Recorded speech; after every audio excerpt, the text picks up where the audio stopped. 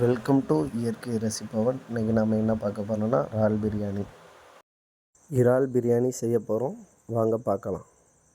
முதல்ல வெங்காயத்தையும் தக்காளியையும் நல்லா வதக்கிக்கலாம். வெங்காயம் தக்காளி வதங்கினதுக்கு பிறகு தயிரை ஊற்றிக்கலாம். தயிரை முழுவதும் ஊற்றிய பிறகு நல்லா வதக்கிக்கலாம்.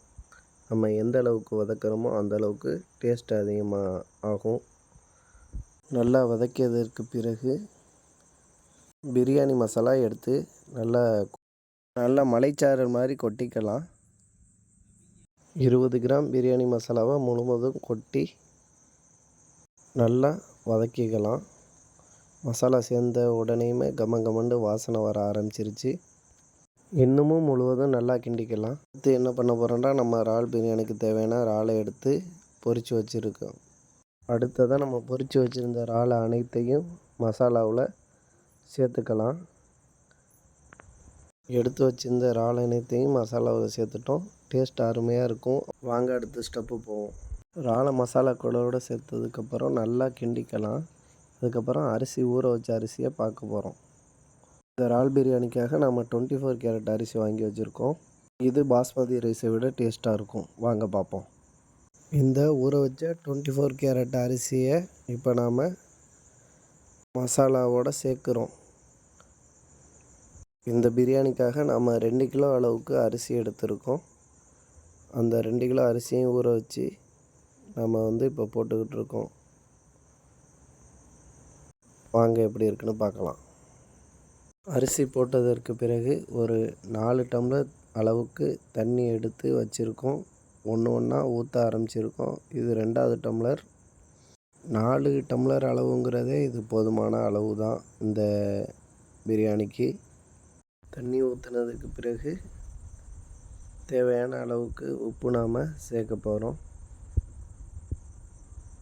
தேவையான அளவு உப்பு போட்டாச்சு. பிரியாணியை தொடர்ந்து நாம் தக்காளி பச்சடி வைக்க போகிறோம். அதற்கு தேவையான தக்காளி பழமும் பேரிச்சம்பழமும் தயார் பண்ணி வச்சுருக்கோம். ஒரு 1/2 கிலோ அளவுக்கு சீனி எடுத்து நல்லா வறுத்துக்கணும். பிடிக்காத அளவுக்கு நம்ம சீனியை நல்லா கிளறி விட்டுக்கிட்டே இருக்கணும். அதுக்கப்புறம் முந்திரி பருப்பு, திராட்சை பழம் சேர்த்துக்கிட்டோம். அதனை தொடர்ந்து நல்லா கிளறியதற்கு பிறகு பேரிச்சம்பழம் சேர்க்க ஆரம்பிச்சிட்டோம். பேரிச்சம்பழத்தோட தக்காளியும் சேர்த்துருக்கோம். முழுமையாக தக்காளியை போட்டாச்சு. போட்டதற்கு பிறகு நல்லா கிளறணும். இடையில் ஆப்பையில் சீனி ஒட்டிக்கிடுச்சு. அதை நல்லா கிளறி விட்றோம். தக்காளி சேர்த்ததற்கு பிறகு அந்த தக்காளி வெட்டி வச்சுருந்த இடத்துல தக்காளியோட ஜூஸ்லாம் நிறையா இருந்துச்சு. அதையும் நம்ம ஊற்றிக்கிட்டோம். நல்லா கிண்ட ஆரம்பித்தாச்சு. கிண்டிய பிறகு சுவையான தக்காளி ஜாம் ரெடி. வாங்க சுவைக்கலாம். தக்காளி ஜாமை தொடர்ந்து வெங்காய பச்சடியும் வச்சுருக்காங்க. நல்லா அருமையாகவும் இருந்துச்சு, டேஸ்ட்டாகவும். சுவையான இறால் பிரியாணி தயாராகிருச்சு. ரைஸும் நல்லா வெந்திருக்கு.